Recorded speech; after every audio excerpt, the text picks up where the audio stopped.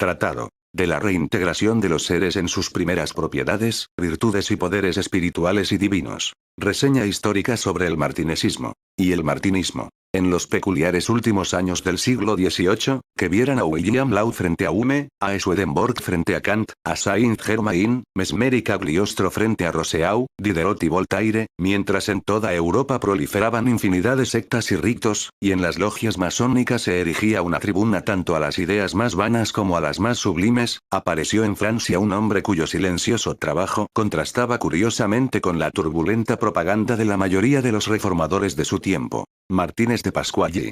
Este hombre, cuyo altruismo y sinceridad estaban fuera de toda sospecha, trabajó para que ciertas logias regresaran a los principios esenciales de la francmasonería, de los que se habían apartado sensiblemente en esa época, como consecuencia de una serie de acontecimientos que no corresponde relatar aquí. La tarea de Martínez era difícil. Entre 1760 y 1772 se dedicó a recorrer las principales ciudades francesas, seleccionando en el seno de los talleres masónicos a quienes pudieran ayudarle a formar un núcleo, un centro para sus operaciones posteriores.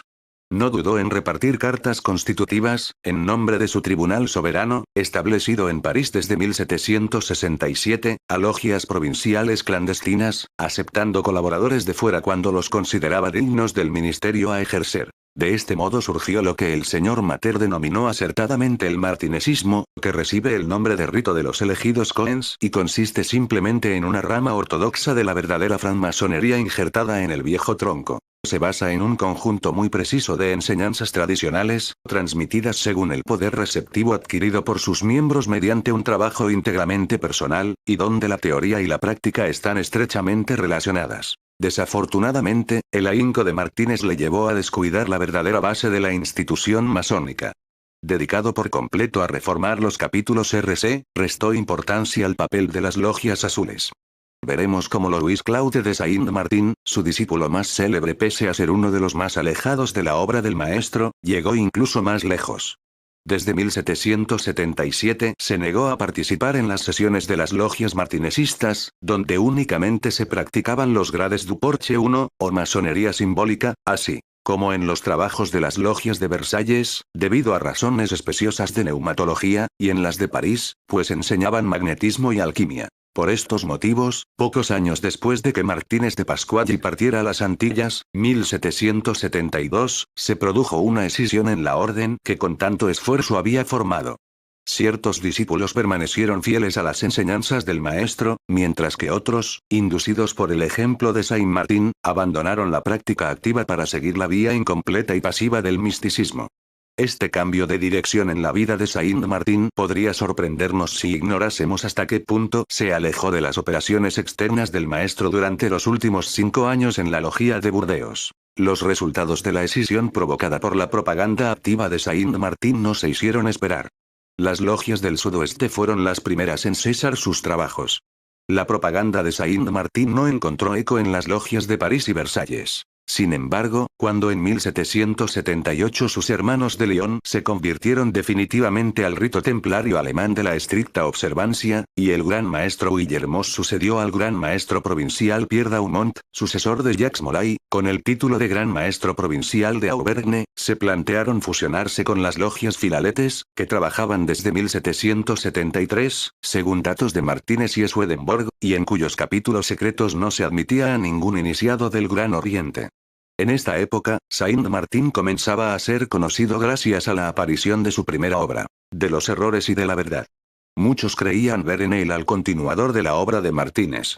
Sin embargo, las logias nombradas anteriormente no lograron convencerle de que se uniera a ellas para alcanzar una obra común. A su último llamamiento durante el congreso promovido por la Asociación de Filaletes, París, 1784, Saint-Martin respondió por carta manifestando su negativa a participar en sus trabajos.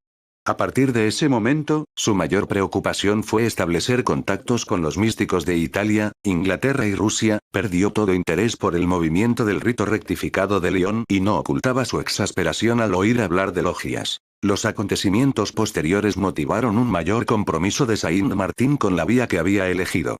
En 1788, aquel que pasaría a la historia como el teósofo de Amboise viajó a Estrasburgo. La versión más extendida señala que su inclinación definitiva hacia el misticismo se debió a la compañía de una de sus amigas, la señora de Boecklin. Lo cierto es que conoció a Rodolphe de Salzmann, que era, por así decirlo, el director espiritual de la señora de Boecklin. Rodolphe de Salzmann, amigo de John Stilling y vinculado a los grandes místicos alemanes de la segunda mitad del SSBI, Eckarthausen, Lavater, etc., era un hombre notable, pese a ser bastante desconocido, y tenía una profunda inclinación por la mística de los dos testamentos y los escritos de Jacob Boehme, cuya clave había recibido. Él transmitió dicha clave a Saint Martin, quien creyó encontrar ahí lo que no había logrado con su antiguo maestro. Sin duda alguna, las enseñanzas de Salzmann contribuyeron enormemente a proporcionar un místico notable a Francia, pero no revelaron a Saint Martin la doctrina del eminente teurgo de Burdeos. En 1793, a la edad de 50 años y al no haber encontrado aún esa clave activa, buscaba consuelo en la advertencia de Martínez, que podría estar satisfecho si había alcanzado su meta a los 60 años. Su pensamiento regresaba ya hacia esa escuela de Burdeos, donde transcurrieron 5 años de su juventud y cuyos trabajos abandonó de manera demasiado ligera. En una de sus cartas al barón de Liebisdorf, 11 de julio de 1796, confesaría que el señor Pasquali tenía la clave activa de lo que nuestro estimado Boehme exponía en sus teorías, pero no nos creía aún preparados para manejar esas altas verdades. Su correspondencia nos hace pensar que, antes de morir, Aulnay, 1803, retomó los análisis desdeñados de los trabajos de su maestro. Pero ya era demasiado tarde. El discípulo había matado al iniciador en su obra. El martinesismo era historia. Tras la muerte de Martínez de Pasquali, 1774, la orden, víctima de la debilidad de algunos y, desafortunadamente, también de la ambición de otros, cayó en un rápido declive. Los compromisos de Guillermos apresuraron su ruina. La mayoría de los hermanos volvieron a sus antiguas obediencias, tal como hicieron los del Oriente de la Rochelle, cuya carta constitutiva no se ratificó tras 1776.